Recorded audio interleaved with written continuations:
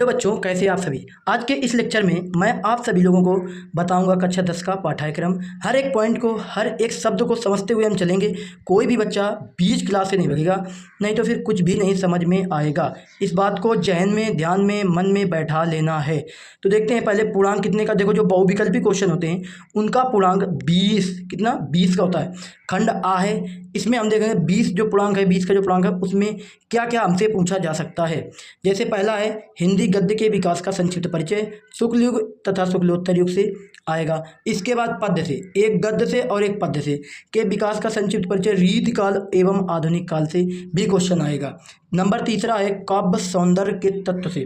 यहाँ पर बेसिकली जो आप ग्रामर में पढ़ोगे वही सब आएगा। इसमें ध्यान रखना है, ज़्यादातर ग्रामर का ही पार्ट्स है यहाँ पर। जैसे मैं कहूँ खंड का में है रस, रस में कौन कौन से रस आएंगे इसमें दिया भी है। हास्य एवं करुण रस, परिभाषा, उदाहरण एवं उनकी पहचान। इन सभी को अगर एक बार बताऊंगा तो ज़िंदगी में आप भूल नहीं पाओगे, ये मेरा वादा है। एक बार बता दूंगा, कभी ज़िंदगी में नहीं भूल पाओगे इस चीज़ को। जैसे अलंकार है खा नंबर, तो अलंकार में कौन कौन से अलंकार पढ़ना है। जैसे मैं कहूँ अर्थ अलंकार है, उपमा अलंकार है, रूपक अलंकार एवं उत्प्रेक्षा अलंकार, इसके लक्षण व उदाहरण भी हम देखेंगे।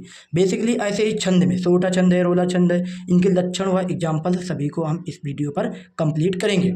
अब नंबर चौथा है हमारा। तो बच्चों, कैसे आप सभी। आज के इस लेक्चर में मैं आप सभी लोगों को बताऊंगा कक्षा 10 का पाठ्यक्रम। हर एक पॉइंट को, हर एक शब्द को समझते हुए हम चलेंगे। कोई भी बच्चा बीच क्लास से नहीं भगेगा, नहीं तो फिर कुछ भी नहीं समझ में आएगा। इस बात को जहन में, ध्यान में, मन में बैठा लेना है। तो देखते हैं पहले पूर्णांक कितने का। देखो, जो बहुविकल्पी क्वेश्चन होते हैं उनका पूर्णांक 20, कितना 20 का होता है। खंड आ है, इसमें हम देखेंगे 20 जो पूर्णांक है, 20 का जो पूर्णांक है उसमें क्या क्या हमसे पूछा जा सकता है। जैसे पहला है हिंदी गद्य के विकास का संक्षिप्त परिचय, शुक्ल युग तथा शुक्लोत्तर युग से आएगा। इसके बाद पद्य से, एक गद्य से और एक पद्य से के विकास का संक्षिप्त परिचय रीतिकाल एवं आधुनिक काल से भी क्वेश्चन आएगा। नंबर तीसरा है काव्य सौंदर्य के तत्व से। यहाँ पर बेसिकली जो आप ग्रामर में पढ़ोगे वही सब आएगा। इसमें ध्यान रखना है, ज़्यादातर ग्रामर का ही पार्ट्स है यहाँ पर। जैसे मैं कहूँ खंड का में है रस, रस में कौन कौन से रस आएंगे इसमें दिया भी है। हास्य एवं करुण रस, परिभाषा, उदाहरण एवं उनकी पहचान। इन सभी को अगर एक बार बताऊंगा तो ज़िंदगी में आप भूल नहीं पाओगे, ये मेरा वादा है। एक बार बता दूंगा, कभी ज़िंदगी में नहीं भूल पाओगे इस चीज़ को। जैसे अलंकार है खा नंबर, तो अलंकार में कौन कौन से अलंकार पढ़ना है। जैसे मैं कहूँ अर्थ अलंकार है, उपमा अलंकार है, रूपक अलंकार एवं उत्प्रेक्षा अलंकार, इसके लक्षण व उदाहरण भी हम देखेंगे। बेसिकली ऐसे ही छंद में सोटा छंद है, रोला छंद है, इनके लक्षण व एग्जाम्पल सभी को हम इस वीडियो पर कंप्लीट करेंगे। अब नंबर चौथा है हमारा शब्द रचना के तत्व। जैसे इसमें आएगा उपसर्ग।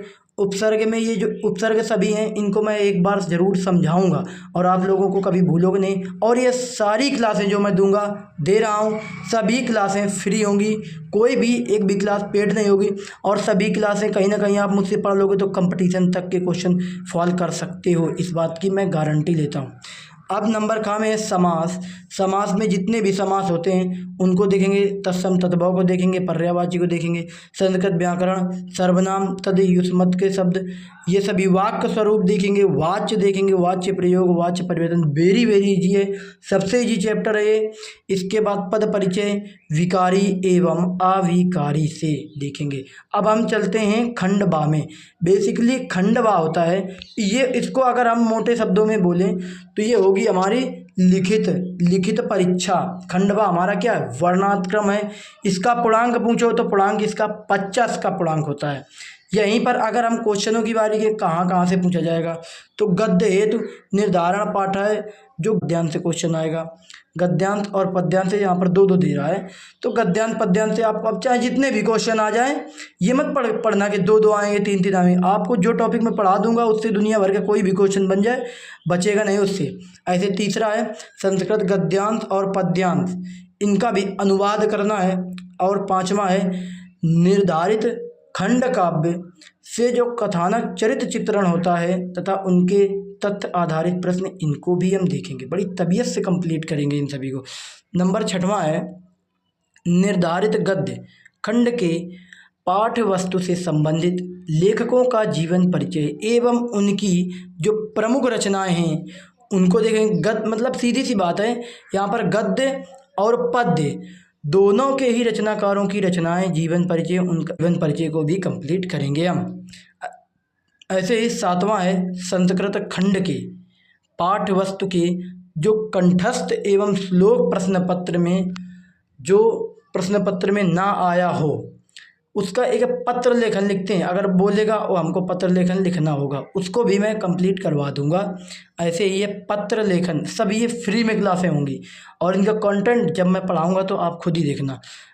यहाँ पर जो नवा टॉपिक है, संस्कृत खंड के पाठ्य वस्तु पर आधारित प्रश्नों में से किन्हीं दो का संस्कृत में उत्तर देना है। मतलब कि देखो कोई पाठ वस्तु दिया होगा, उस पर आधारित करके हमें संस्कृत में ही उसके दोनों उत्तर देने हैं। बोल रहा है 2 का संस्कृत में उत्तर देना है, तो हम संस्कृत में उत्तर उसका देंगे।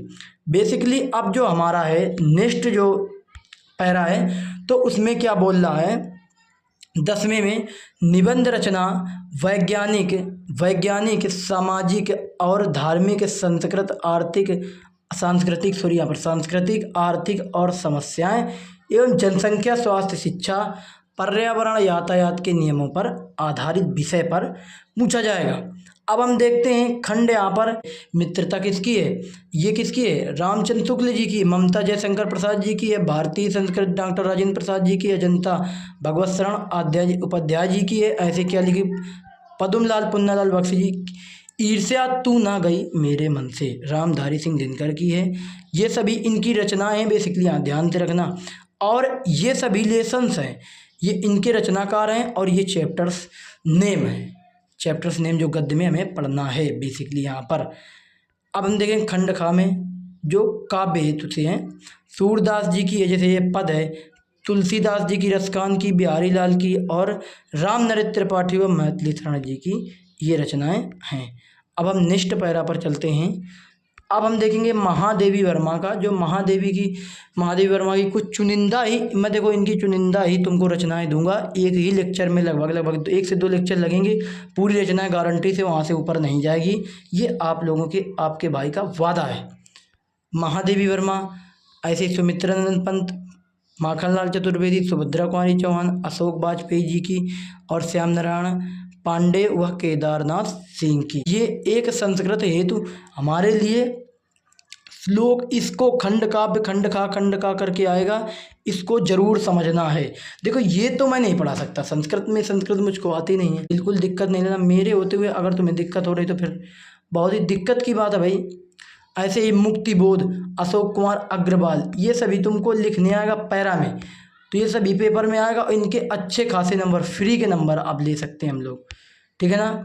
इसको लिखना सिखाएंगे, ऐसे आप इनको भी कर सकते हैं, ये भी बहुत इजी होते हैं। अगर एक बार आप लोग इनको याद कर लोगे तो कहीं ना कहीं ये ज़्यादा कठिन तो होते नहीं हैं, तो हम इनको भी कर लेंगे, ठीक है ना। तो बस इतना ही।